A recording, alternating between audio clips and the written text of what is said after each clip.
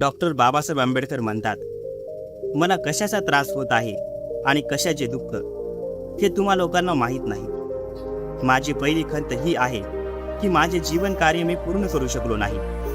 माझे लोक इतर समाजाशी बरोबरीपूर्वक राजकीय सत्तेचे वाटेकरी होऊन सत्ताधारक वर्ग बनलेले पाहण्याची माझी इच्छा होती. जे काही मी मिळवू शकलो त्याचा फायदा मुठभर सुशिक्षितांनीच घेतला आहे. पण त्यांचे विश्वासघातकी वागणे आणि दलित शोषिताबद्दलची त्यांची अनास्था पाहिल्यावर ते फारच नालायक निघाले असे म्हणावे लागेल. ते माझ्या कल्पनाशक्तीच्या पलीकडे गेले आहेत. ते फक्त स्वतःच्या आणि व्यक्तिगत फायद्यासाठीच जगतात. त्यांच्यापैकी एकही जण सामाजिक कार्य करायला तयार नाही. ते आत्मघाताच्या वाटेने निघाले आहेत. मला आता माझे लक्ष खेड्यातल्या हजारो लाखो निरक्षर लोकांकडे वळवायचे होते. ते अजूनही हाल अपेष्टा भोगत आहेत. त्यांची आर्थिक परिस्थिती मुळीच बदललेली नाही. पण आता आयुष्य फारच कमी शिल्लक राहिले आहे.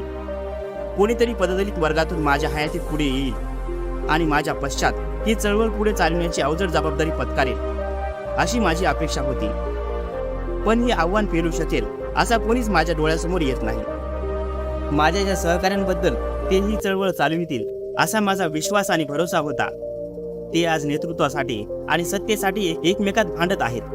त्यांच्या शिरावर येऊ घातलेली जबाबदारी किती मोठी आहे हे त्यांच्या ध्यानीमनीही असल्याचे दिसत नाही.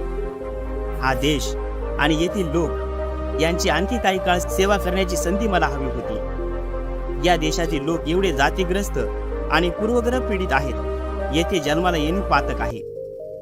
मी त्यांच्यासाठी जे काही मिळवून देऊ शकलो हे मी एकट्याच्या बळावर मिळविले आहे.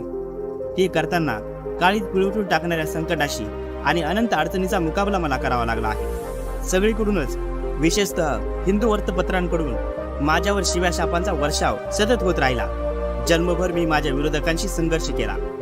माझ्या स्वतःच्या काही लोकांनी मला स्वार्थासाठी गणविले. त्यांच्याशीही मी दोन हात केले. मी माझ्या आयुष्याच्या अखेरच्या क्षणापर्यंत या देशाची आणि पददलित वर्गाची सेवा करीत राहिलो. हा काफिला आज जेथे दिसतो तेथे आणता आणता मला खूप सायास पडले. हा काफिला त्यांनी असाच पुढे चालू ठेवावा. वाटेत अनेक अडथळे येतील, अडचणी येतील, अकल्पित संकटे कोसळतील, पण वाटचाल सुरूच ठेवावी. त्यांना जर सन्मानाने प्रतिष्ठापूर्वक जीवन जगायची इच्छा असेल तर हे आव्हान त्यांनी पेलायलाच पाहिजे. जर माझे लोक, माझे सहकारी काफिला पुढे नेण्यास असमर्थ ठरलेच, किमान तो आज जेथे आहे तेथे तरी त्यांनी राहू द्यावा. कोणत्याही परिस्थितीत त्यांनी काफिल्यास परत फिरवू नये हा माझा संदेश आहे.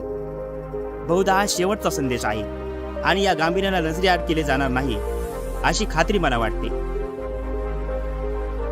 अशा प्रकारे डॉक्टर बाबासाहेब आंबेडकरांनी या लेखात त्यांचे मनोगत व्यक्त केले.